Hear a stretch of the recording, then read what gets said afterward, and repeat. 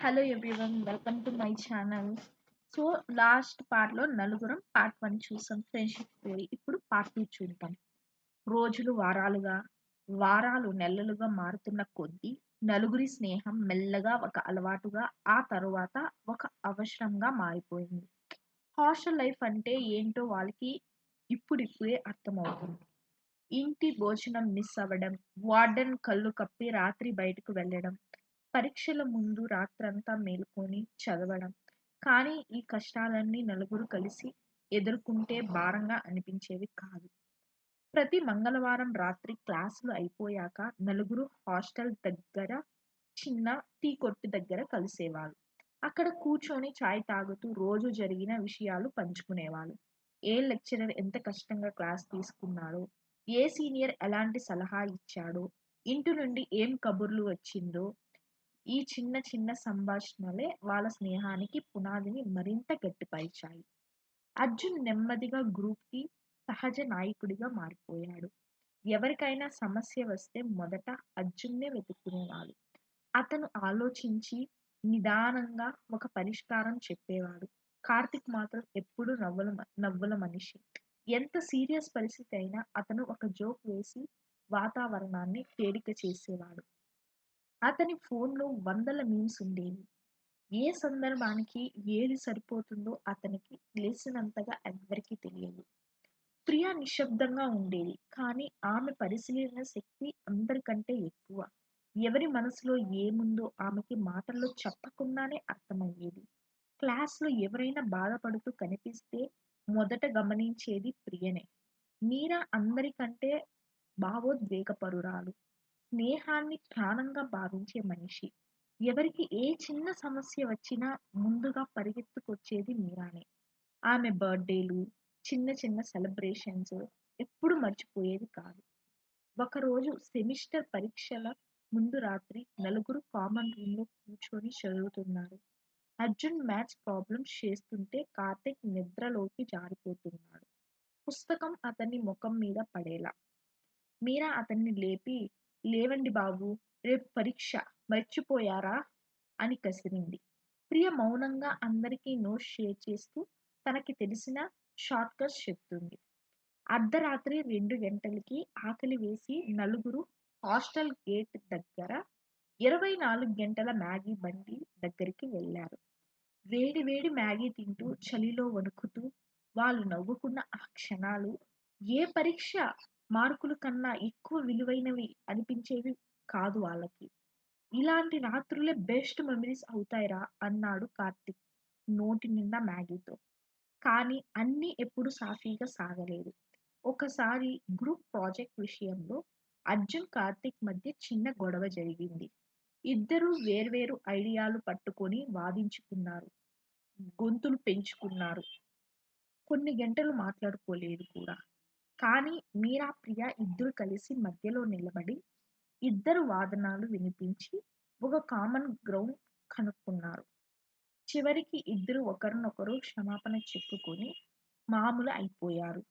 స్నేహంలో గొడవలు కూడా ఒక భాగమేనని వాళ్ళకి అర్థమైంది. మొదటి సంవత్సరం ముగిసేసరికి నలుగురు ఒకరు లేకుండా ఒకరు ఊహించుకోలేని స్థితికి వచ్చారు.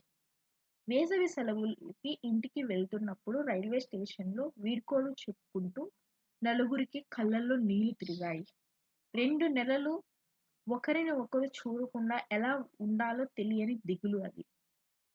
రెండో సంవత్సరం మధ్యలో కార్తీక్ జీవితంలో ఒక పెద్ద కుదుపు వచ్చింది. అతని నాన్న చిన్న వ్యాపారం చేసేవాడు.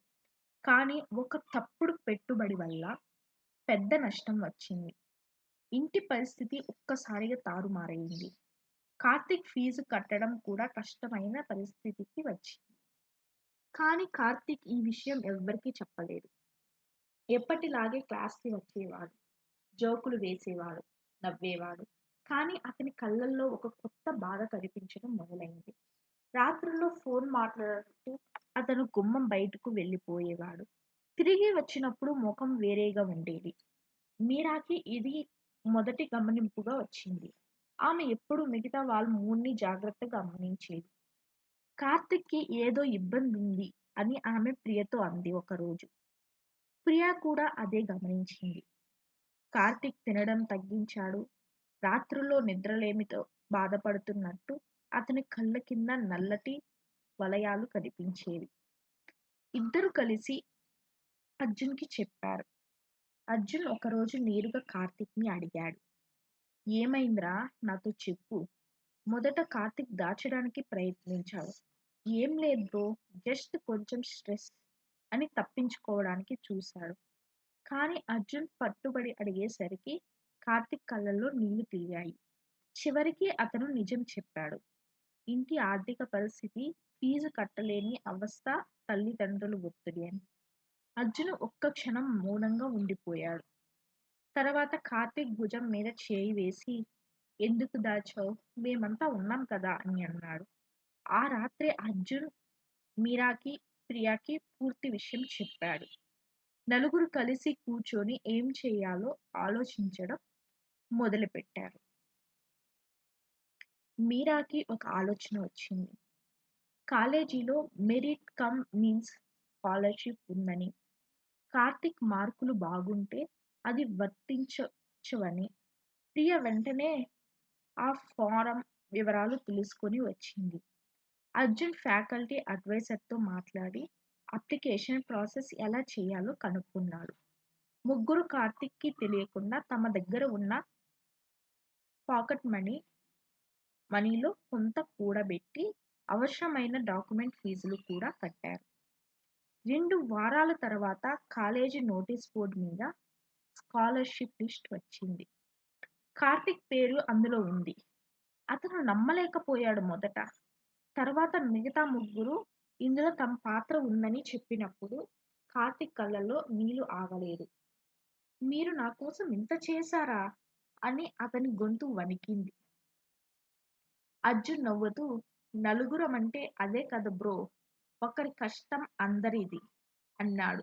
ఆ క్షణంలో కార్తీక్‌కి అర్థమైంది. నిజమైన స్నేహం అంటే కేవలం కలిసి నవ్వడం, కలిసి తిరగడం మాత్రమే కాదు. కష్టాల్లో ఒకరికొకరు అండగా నిలబడడం కూడా. ఆ రోజు నుండి నలుగురి మధ్య బంధం మరింత గట్టిపడింది. డబ్బు, స్థాయి, పరిస్థితులు కాదు. ఒకరి పట్ల ఒకరికి ఉన్న నిజాయితీ, ప్రేమే వాళ్ళ స్నేహానికి పునాది అని నిరూపించుకుంది. నెక్స్ట్ పార్ట్ కావాలంటే ఫాలో చేసి సబ్స్క్రైబ్ చేయండి. Thank you.